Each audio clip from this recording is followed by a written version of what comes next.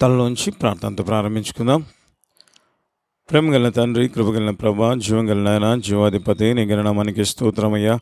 ఆశ్చర్యకరుడా, ఆశ్చర్య కార్యాలు జరిగిస్తున్న గొప్ప దేవానికి స్తోత్రాలు చెల్లించుకుంటున్నాం. కీర్తనీయుడైన మా దేవుడు మీరే కనుక నీకు స్తోత్రాలు, వందనాలు చెల్లించుకుంటూ ఆయన ప్రేమను బట్టి, నీ కృపను బట్టి వందనాలు. ఏదైనా మీరు మాతో మాట్లాడడానికి ఎంతగానో ఆశపడి ఉంటుండగా స్తోత్రం అయ్యా. హృదిగిన హృదయాలను, నాలుగిన అయ్యా మనస్సులను బలపరిచే దేవుడు మీరే గనక నీకు స్తోత్రం. అటు దేవుడిగా ఈ దినమందు ప్రభా మిమ్మల్ని మీరు ప్రత్యక్షపరచుకొనబోతున్నందు బట్టి వందనాలు అయ్యా. ఒక ప్రత్యేకమైన రీతిలో మీరు మాట్లాడటకు అయ్యా తండ్రి మీరు మమ్మల్ని సిద్ధపరిచి ఉంటుండగా స్తోత్రం. వినగల చెవి, గ్రహించగల మనస్సును మాకు దయచేయమని ప్రార్థిస్తూ అయ్యా మా దేవుడి మాట మా జీవితంలో ఆశీర్వాదమై ఉంటుండగా, మా జీవితంలో అది దీవెనై ఉంటుండగా, అరుతని వాగ్దానమై ఉంటుండగా నీకు స్తోత్రం. ఆయా మాటలు మాకు జుంటు తేనె దారుల కంటే అతి మధురమైన నీ మాటలు మాకు వినిపింపచేసి వినామం అంతటిని మీరు మహిమపరచుకోమని ఈసయా ముందున సమయంలో తోడై ఉండండి. అనేక మంది హృదయాలు తెరచి ఉంచి మీరే మహిమ ఘనత ప్రభావాలు మీరు పొందువని యేసయ్యానికి వందనాలు స్తోత్రాలు చెల్లించుకోండి. ఎంతైనా నమ్మదగిన దేవుని ఎదుట ప్రభా తండ్రి ఉంటుండగా మీరే ముందున్న సమయంలో తోడయండి. బలమైన రీతిలో మీరే మాతో మాట్లాడి మహిమ ఘనత ప్రభావాలు మీరు పొందమని ప్రధాన బంధించి సాతానికి లయం చేసి మీరు మేము పొందు ముందున్న సమయంలో తోడే నడిపించమని యేసయ్య అద్వితీయ నామమున అడిగి ప్రార్థిస్తున్నాము తండ్రి. Amen, amen, amen. హల్లెలూయా.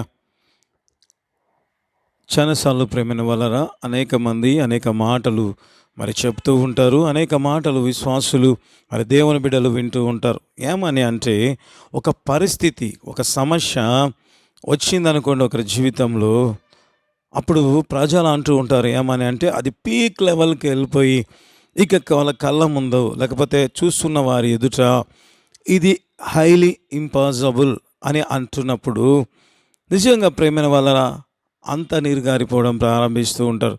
అప్పుడు ఒకవేళ ఎవరైనా విశ్వాసులు ప్రార్థన చేద్దాం అని ఒకవేళ అంటే వాళ్ళు అంటారు ఈ సమయంలోన మనం ప్రార్థన చేయవలసింది.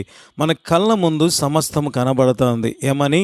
ఇంకా అయిపోయింది, ఇక అంతా అయిపోయిందని స్పష్టంగా కనపడుతుంటే ఈ సమయంలో మనం ఏ రీతిగా ప్రార్థన చేస్తాం అనే మాటలు వినబడుతూ ఉంటాయి. ప్రేమైన వలన ఆయా సమస్యల గుండా ప్రజలు వెళ్తున్నప్పుడు, ఆయా ప్రాబ్లమ్స్ ఫేస్ చేస్తున్నప్పుడు ఏ రీతిగా ఉంటాయి ఆ సమస్యలు అంటే నిజంగా మాటల్లో చెప్పలేనంత భయంకరమైన పరిస్థితులు గుండా నిజంగా వచ్చినప్పుడు ఇక ఆ సమస్యకు పరిష్కారం అంటూ ఏది కనబడనప్పుడు వారి కనుచూపు మేరలో నిజంగా ఆ సమస్యకు పరిష్కారం కనబడకుండా ఉన్నప్పుడు నిజంగా ప్రేమైన వలన చాలామంది విశ్వాసులుగా పిలువబడేవారు సహితం కూడా ప్రార్థన మానివేయడం ప్రారంభిస్తారు. ఇక నిజముగా ఏ రీతిగా ఉంటుంది అంటే ఎందుకు ప్రార్థన చేయాలి, లేకపోతే ఇక ఇంత అయిపోయింది కదా అనే మాటలు కూడా వినబడుతుంటాయి. బైబిల్లో కూడా ఇటువంటి మాటలు మనం చూస్తాం. ప్రేమైన వాళ్ళ యాయిరు కుమార్తె చనిపోగా ఆ వ్యక్తులు చెప్పి పంపించారు ఏమని? ఇక నువ్వు బోధకుని శ్రమ పెట్టవద్దు.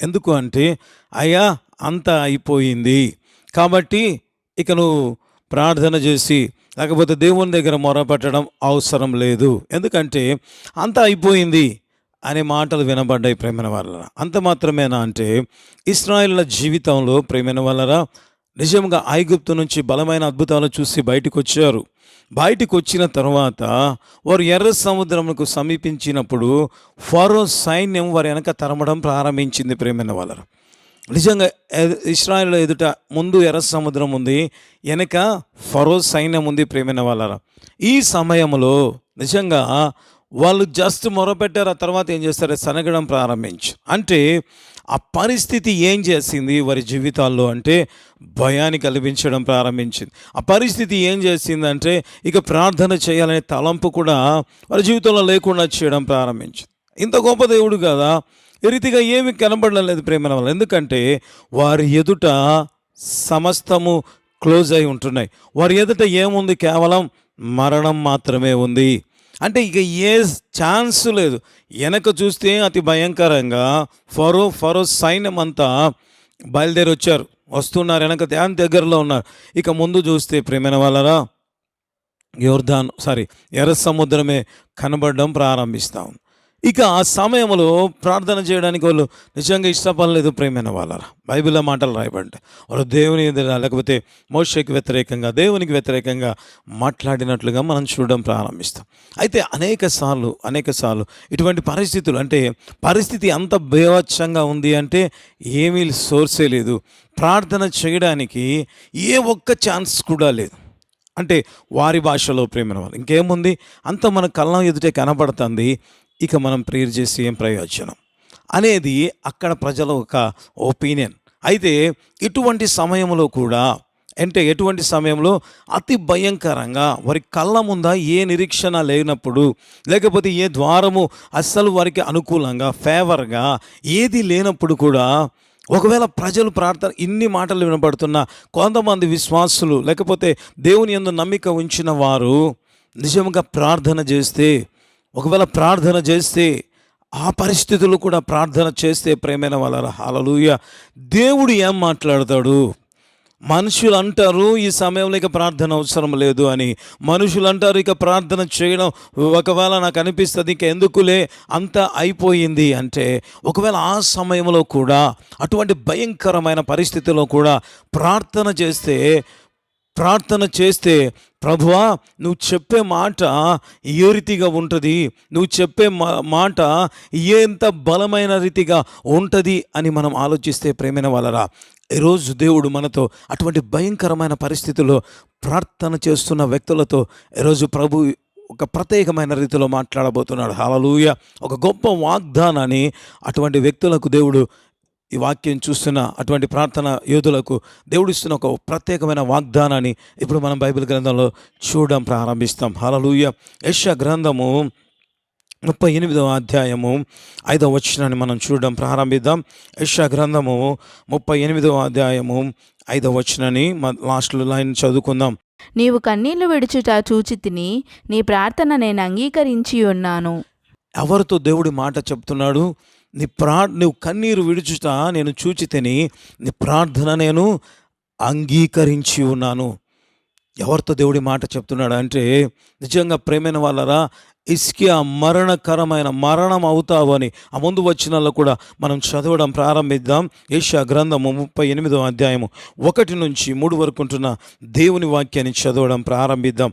ఆ దినములలో హిజ్కియాకు మరణకరమైన రోగము కలుగగా ప్రవక్తయు ఆమోజు కుమారుడునైన యెషయా అతని యొద్దకు వచ్చి, నీవు మరణమవుచున్నావు, బ్రతుకవు గనుక నీవు నీ ఇల్లు చక్కబెట్టుకొనుమని యెహోవా సెలవిచ్చుచున్నాడని చెప్పగా, అతడు తన ముఖమును గోడ తట్టు త్రిప్పుకొని, యెహోవా యథార్థ హృదయుడనై సత్యముతో నీ సన్నిధిని నేనెట్లు నడుచుకొంటినో, నీ దృష్టికి అనుకూలముగా సమస్తమును నేనెట్లు జరిగించితినో కృపతో జ్ఞాపకము చేసుకొనుమని హిజ్కియా కన్నీళ్లు విడుచుచు యెహోవాను ప్రార్థింపగా, ఏ పరిస్థితిలో ప్రార్థన చేశాడంట ప్రేమైన వాళ్ళరా, దేవుని ప్రవక్త వచ్చి, అయ్యా హిజ్కియా నువ్వు మరణం అవుతున్నావు, నీ ఇల్లు చక్కబెట్టుకో అని చెబితే అంట ప్రేమైన వాళ్ళరా, అంటే పరిస్థితులు ఏ రీతిగా ఉన్నాయి, అన్నీ మూసుకొని పోయి ఉంటున్నాయి. ఇక దేవుడే చెప్పాడు ఏమని, నువ్వు మరణం అవుతున్నావు అని. అంటే హిజ్కియా ఏం చేశాడంట, ఆ సమయంలో ప్రార్థన చేయడం ప్రారంభించాడు. అంతటి భయంకరమైన పరిస్థితులు, నిజంగా మాటలు విన్నప్పుడు గుండె జారిపోవాలి ప్రేమైన వాళ్ళ. ఎందుకంటే చెప్పిన వ్యక్తి దేవుని ఆత్మాభిషేకం పొందిన వ్యక్తి, చెప్పిన వ్యక్తి సాక్షాత్తు దేవుని మాటలు తీసుకుని వచ్చి చెబితే, అంటే పరిస్థితులు అన్నీ కూడా అనానుకూలంగా ఉంటే రాజు చేసిన పని ఏంటంటే, పరిస్థితుల వైపు చూడకుండా, తాను ఉంటున్న పరిస్థితుల వైపు అస్సలు చూడలేదు ప్రేమన వల్ల, తాను వింటున్న మాట కూడా అతడు ఏం చేశాడు, వినకుండా దేవుని వైపు చూడడం ప్రారంభించాడు. ఎప్పుడైతే ఆ భయంకరమైన పరిస్థితిలో అతడు ప్రార్థన చేయడం ప్రారంభించాడో, బైబిల్లో రాయబడిన మాట ఇందాక మనం చదువుకున్నాం కదా, యెషయా గ్రంథము 38వ అధ్యాయము 5వ వచనంలో రాయబడి ఉంటుంది కదా, నీవు తిరిగి హిజ్కియా వద్దకు పోయి అతనితో ఇట్లనము, నీ పితరుడైన దావీదునకు దేవుడైన యెహోవా ఇలాగు సెలవిచ్చున్నది ఏమనగా, నీవు కన్నీరు విడుచుట చూచి తిని నీ ప్రార్థన నేను అంగీకరించి ఉన్నాను. హల్లెలూయా. అంటే దేవా, ఇటువంటి భయంకరమైన పరిస్థితిలో మరి నేను ప్రార్థన చేస్తున్నాను అంటే దేవుడు అంటాడు, ఏమని అన్నాడు, నీ ప్రార్థన అంగీకరించబడి ఉన్నది. హల్లెలూయా. అంటే నాకు అనిపిస్తుంది ప్రేమైన వల్ల, మనుషులు చెబుతారు నువ్వు ప్రార్థన చేయడం వేస్ట్ అని, మనుషులు చెబుతారు ఇక ప్రార్థన ఆపివేయని, అయితే పరిస్థితులు చెబుతాయి నువ్వు ప్రార్థన చేసడానికి ఏ సోర్స్ ఉంది, ఏమైనా కనబడుతుందా అని చెబితే, ఆ సమయంలో ప్రార్థన చేసే వ్యక్తులతో ప్రభు చెబుతున్న మాట, నీవు కన్నీరు విడుచుట చూచి తిని అని మాత్రమే కాదంట, దేవుడు చెప్పిన మాట, నీ ప్రార్థన అంగీకరించుచున్నాను. హల్లెలూయా. ఎంత గొప్ప మాట, అంగీకరించి ఉన్నాను, ఆల్రెడీ శాంక్షన్ అయిపోయింది అని చెప్పడం ప్రారంభిస్తున్నాడు ప్రేమన వలన. హల్లెలూయా. ఎంత గొప్ప దేవుడు మనము సేవిస్తున్న దేవుడు. హల్లెలూయా, హల్లెలూయా. ఎందుకు నేను ఈ మాటలు చెప్తున్నానంటే ప్రేమైన వాళ్ళరా, దేవుడు మాటలే ఒక నిజంగా బలమైన రీతిలో ఉంటాయి. మనుషులందరూ వద్దంటున్నారు, పరిస్థితి అంతా చేయకుండా ఆపివేస్తూ ఉంటే, ప్రార్థన చేసే వ్యక్తి ఆ సమయంలో ఆ ప్రార్థన చేసే వ్యక్తితో దేవుడు అంటున్నాడు, నీ ప్రార్థన నేను అంగీకరించి ఉన్నాను. హల్లెలూయా.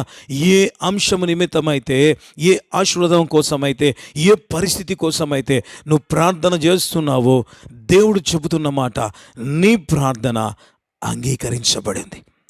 అయా, మనుషులు ఒప్పుకోకపోవచ్చు, పరిస్థితులు అనుకూలంగా లేకపోవచ్చు, అయితే నీవు నా యందు విశ్వాసము కలిగి ప్రార్థన చేస్తున్నావు కాబట్టి, ఇంత భయంకరమైన పరిస్థితుల్లో సోర్స్ లేదు, అయితే నువ్వు మొరపెడుతున్నావు కదా, నీ ప్రార్థన నేను అంగీకరించి ఉన్నాను. ఎంత గొప్పగా దేవుడు మాట్లాడుతున్నాడు. అంతేనా, ఇంకా ఇటువంటి భయంకరమైన పరిస్థితుల్లో నిజంగా ప్రార్థన చేసిన వ్యక్తులతో దేవుడు మాట్లాడిన మాటలు ఈరోజు వాక్యంలోంచి మనం ఇంకా చూడడం ప్రారంభిద్దాం ప్రియమైన వాళ్ళరా. ఆదికాండం 21వ అధ్యాయము 15-16 చదువుదాం.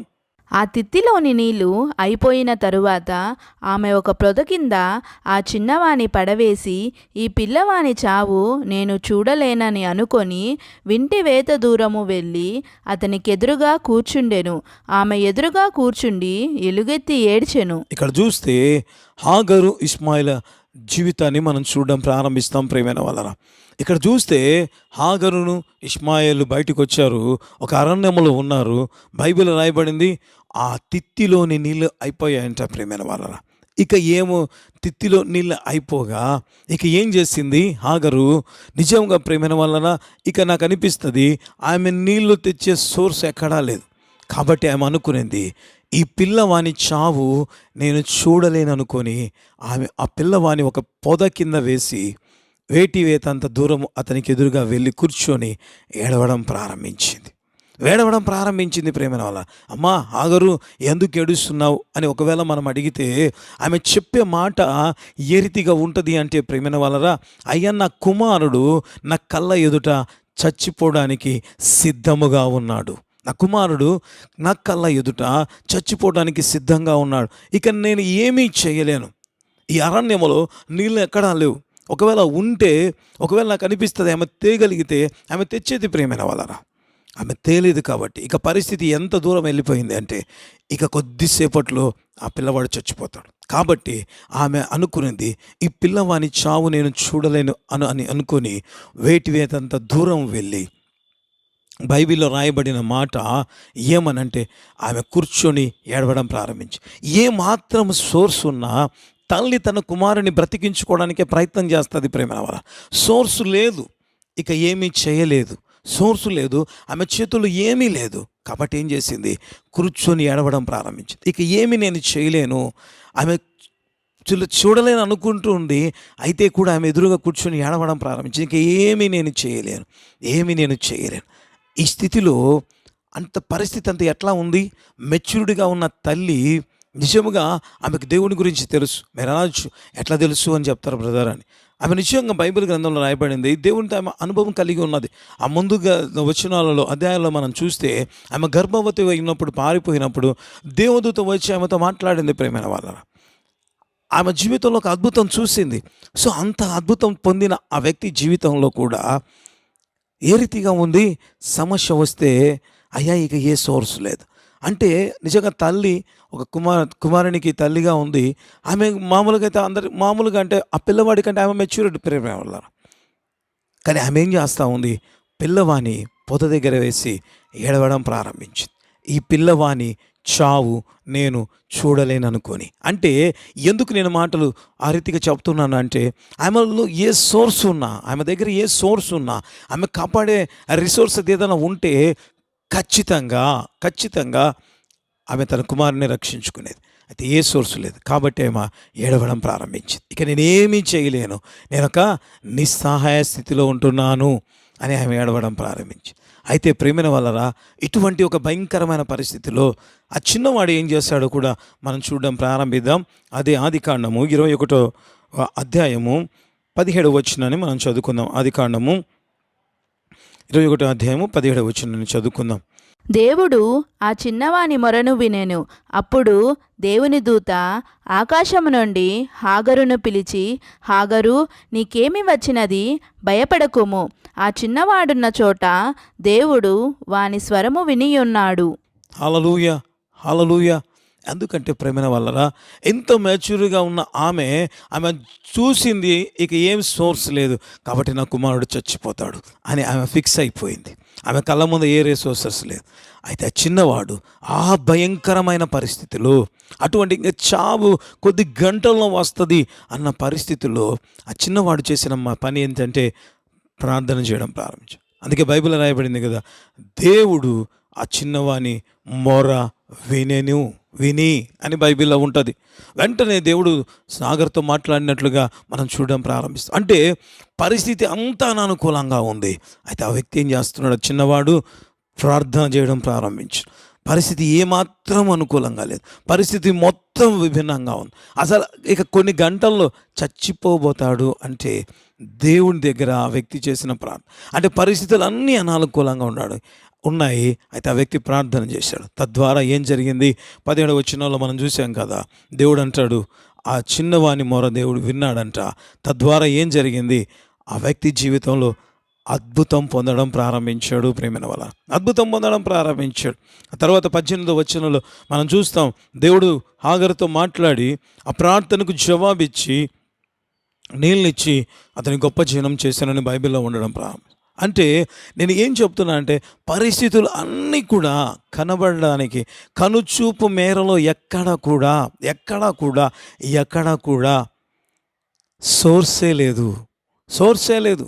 ఇంత అనుభవం పొంది దేవుని చేత అద్భుతం పొంది మరి అబ్రహాము జీవితంలో ఉన్న హాగరు అనేక సంవత్సరాలుగా నిజముగా దేవుడు ఐగుప్తు నుంచి మరి పంపించేటప్పుడు కొంతమంది దాసీలను, కొంత ఆస్తిని అబ్రహాంకి ఇస్తే ఆ లెక్కలో వచ్చిన హాగరు నిజంగా ఆమె జీవితంలో తెలియదా, అబ్రహాము జీవితంలో దేవుడు ఎంత గొప్ప అద్భుతాలు చేశాడు. ఒక రాజు, ఫరో లాంటి రాజు షారాను తీసుకువెళ్తే అబ్రహాం చేసిన ప్రార్థనను బట్టి దేవుడు గొప్ప కార్యం చేసి హాగరు మరి ఐగుప్తు ఫరో దగ్గర నుంచి షారాను విడిపించాడు కదా. సో అది ఒకవేళ మనం విన్న అద్భుతం. అయితే ఆమె పర్సనల్గా దేవుడు మాట్లాడితే కూడా ఆమె అనుభవం కలిగింది. ఆమె సహితం ప్రేమైన వాళ్ళరా, అంతగా విన్న ఆమె సహితం పరిస్థితిని చూచి ఇక అంతా అయిపోయింది అని డిసైడ్ అయితే, ఆ చిన్నవాడు మాత్రం ఈ భయంకరమైన పరిస్థితిలో ప్రార్థన చేస్తే బైబిల్లో రాయబడిన చక్కటి మాట, దేవుడు ఆ చిన్నవాని మొర విని. హల్లెలూయా, హల్లెలూయా. ఏం మాట్లాడుతున్నాడు దేవుడు మనతో అంటే, అయ్యా పరిస్థితులన్నీ విభిన్నంగా ఉన్నాయి, పరిస్థితులన్నీ ఏవి కూడా అనుకూలంగా లేవు.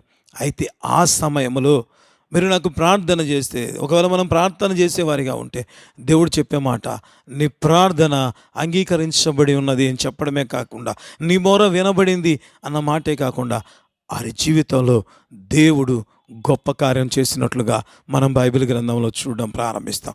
మరొక అనుభవాన్ని బైబిల్ గ్రంథం నుంచి చూపించి నేను ఈ వాక్య పరిచయను ముగించాలని ఆశపడుతున్నాను. ప్రియమైన వాళ్ళరా, లూకా సువార్త 23వ అధ్యాయము 39 నుంచి 42 వరకు ఉంటున్న దేవుని వాక్యాన్ని మనం చదవడం ప్రారంభిద్దాం. వ్రేలాడవేయబడిన ఆ నేరస్తులలో ఒకడు ఆయనను దూషించుచు, నీవు క్రీస్తువు గదా, నిన్ను నీవు రక్షించుకొనుము, మమ్మును కూడా రక్షించుమని చెప్పెను. అయితే రెండవవాడు వానిని గద్దించి, నీవు అదే శిక్షావిధిలో ఉన్నావు గనుక దేవునికి భయపడవా? మనకైతే ఇది న్యాయమే, మనము చేసిన వాటికి తగిన ఫలము పొందుచున్నాము గాని ఈయన ఏ తప్పిదమునో చేయలేదని చెప్పి ఆయనను చూచి, యేసు, నీవు నీ రాజ్యము లోనికి వచ్చినప్పుడు నన్ను జ్ఞాపకము చేసుకొనుమనెను. ఇక్కడ చూస్తే ప్రేమైన వాళ్ళరా, ఒక దొంగ సిలువలో చేసిన ప్రార్థన, ఇక కొన్ని గంటల్లో చచ్చిపోతాడు. అయితే ఆ వ్యక్తి ఆ భయంకరమైన పరిస్థితులు, నిజంగా ఎంత భయంకరంగా ఉంటుంది. సిలువలో వేలాడుతున్నాడు, 2 చేతులకు ఒకవేళ నాకు అనిపిస్తుంది మేకులు కొట్టారు, కాళ్ళకు మేకులు కొట్టారు. భయంకరమైన పరిస్థితిలో ఉంటూ ఇక ఏం కనబడతా ఉంటుంది. అందుకే కదా ఇందాక మనం చదువుకున్న వాక్య భాగంలో, ఆ నేరస్తులలో ఒకడు, నీవు క్రీస్తువు కదా, నిన్ను నీవు రక్షించుకొని మమ్మల్ని కూడా రక్షించు అంటే ఒక భయంకరమైన పరిస్థితి. ఆ నొప్పి తట్టుకోలేక, ఆ బాధను భరించలేక ఆ దొంగ అంటున్నాడు ఏమని, ఆ నేరస్తుడు అంటున్నాడు ఏమని, అయ్యా నువ్వు క్రీస్తువు అంటున్నారు కదా, నిన్ను నువ్వు రక్షించుకో, మమ్మల్ని కూడా ఈ పరిస్థితి నుంచి రక్షించు. అంటే ఎంత భయంకరమైన పరిస్థితులు ఆ నేరస్తులు ఉన్నారు అంటే అతి భయంకరమైన పరిస్థితులు. ఇక కొద్దిసేపట్లో మరణానికి చాలా దగ్గరగా ఉన్నారు ప్రేమైన వాళ్ళ. ఆ సమయంలో ఇక ఏమీ కనబడడం లేదు వాళ్ళకు. మీరు బ్రతుకుతారు అంటే నమ్మరు ప్రేమైన వాళ్ళ. లేకపోతే ఇంకా ఏది చెప్పినా ఏముండదు, అయిపోయి వచ్చింది, కళ్ళ క్లియర్గా కనపడబోతుంది, ఇక కొద్దిసేపట్లో చచ్చిపోతుంది. ఆ సమయంలో నిజంగా సైనికులను తిట్టాలి, ఆ శిక్ష వేసిన వాళ్ళని తిట్టాలి, లేకపోతే వాళ్ళ తల్లిదండ్రులను తిట్టాలి. ఎందుకంటే నన్ను సరిగా పెంచి ఉంటే నేను ఈ స్థితిలోకి వచ్చేవని కాదు. ఈ రీతిగా జరగలేదంట ప్రేమ.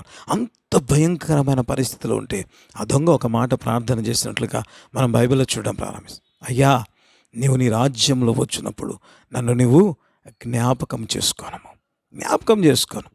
అని ఆ వ్యక్తి ప్రార్థన చేశాడు దేవునికి. అయితే దేవుడు కూడా ఎంత క్విక్గా రియాక్ట్ అయ్యాడు. ఇప్పుడు మనం బైబిల్లో చూడడం ప్రారంభిద్దాం. అది లూకా సువార్త 23వ అధ్యాయము 43వ వచనం చదువుకుందాం. 23వ అధ్యాయము 43వ వచనం. అందుకాయన వానితో, నేడు నీవు నాతో కూడా పరదైసులో ఉందువని నిశ్చయముగా నీతో చెప్పుచున్నానెను. హల్లెలూయా! ఎంత గొప్ప దేవుడు ప్రియమైన వాళ్ళరా. ఏ రీతిగా అంత భయంకరమైన పరిస్థితులు ఏమీ కనబడడం లేదు బయటపడడానికి, లేకపోతే రక్షించబడడానికి. అటువంటి భయంకరమైన పరిస్థితుల్లో యేసు ప్రభు దగ్గరికి ఆ వ్యక్తి వచ్చి ప్రార్థన చేస్తే దేవుడు చెప్పిన మాట, నేడు నీవు నాతో కూడా పరదేశంలో ఉంటావు. అయ్యా, ఎంత గొప్ప నిజముగా జవాబులు వారు పొందుకోవడం ప్రారంభించారు. ఈ వాక్యం చూస్తున్న నా జీవితాలు దేవుడు మనతో మాట్లాడుతున్న మాటలు ఏంటి అంటే ప్రేమైన వాళ్ళరా, అతి భయంకరమైన పరిస్థితుల్లో ఉంటూ మీరు ప్రార్థన చేసేవారిగా ఉంటున్నారు కదా. అయితే దేవుడు చెప్తున్న మాట, నీ ప్రార్థన అంగీకరించి ఉన్నాను, ఆ చిన్నవాని మొర విని ఉన్నాను. ఆ దొంగతో దేవుడు చెప్పాడు, నిశ్చయముగా నీవు నేడు నాతో కూడా పరదేశంలో ఉంటావు. హల్లెలూయా!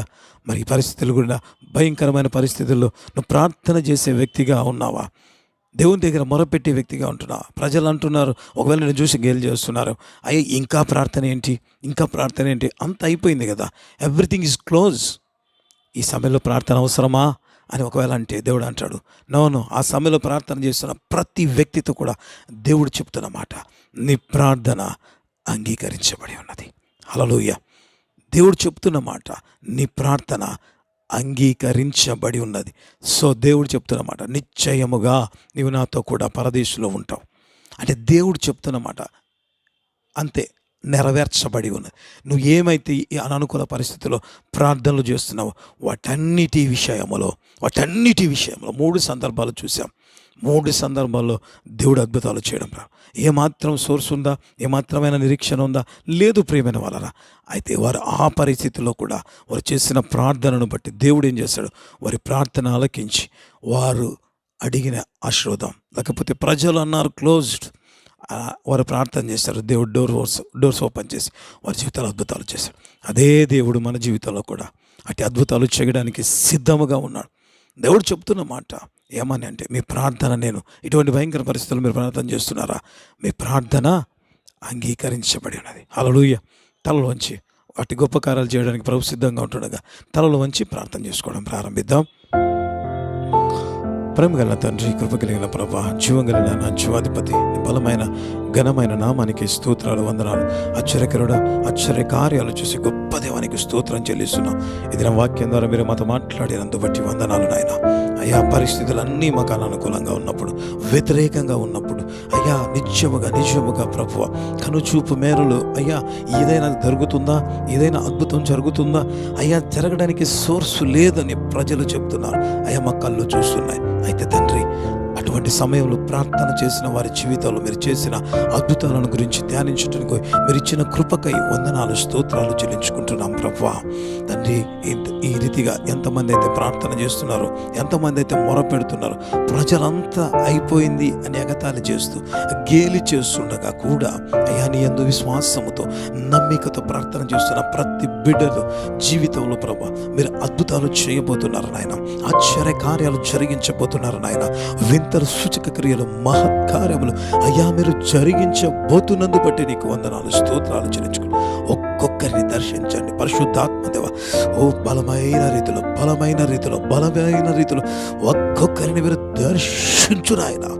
గొప్ప కార్యాలు మీరు చేయబోతున్నారు. హుర్రబా శాంతాన అయ్యా, పరిశుద్ధాత్మదేవుడు ప్రజల మీదకి బలముగా దిగి వస్తుండగా స్తోత్రం. వారు ప్రార్థనలు ఏకీభవిస్తుండగా పరిశుద్ధాత్మ శక్తి వారిని కమ్ముకుంటుండగా స్తోత్రం ప్రభా.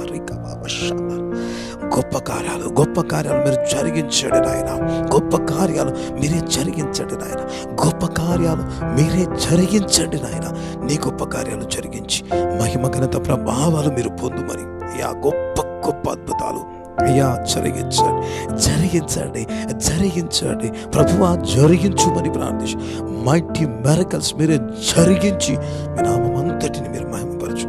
గర్భఫలమున దీవెన కోసం ఎదురు చూస్తున్న బిడ్డలు ఉంటున్నారు అయ్యా, లాంగ్ ఇయర్స్ నుంచి అనేక సంవత్సరాలు అటు అద్భుతం అయ్యా వారి జీవితంలో అయ్యా జరిగించండి నాయన. సంతానమును దీవెనిచ్చి మీరు మహిమ పొందండి. మ్యారేజెస్ కోసం ఎదురు చూస్తున్న బిడ్డలు ఉంటున్నారు, మ్యారేజెస్ జరిగించండి నాయన. అయ్యా, ఇంకా అనేకమైన అద్భుతం అయ్యా, వారి కళ్ళ ముందు ఏ నిరీక్షణ లేని పరిస్థితులు ఉంటూ కూడా ప్రార్థన చేస్తున్న ప్రతి బిడ్డ విశ్వాసానికి మీరు గణపరచు. వారి జీవితంలో నిశ్చయముగా అద్భుతములు పొందుకొందురుగాక, ఆశ్చర్య కార్యాలు పొందుకొని.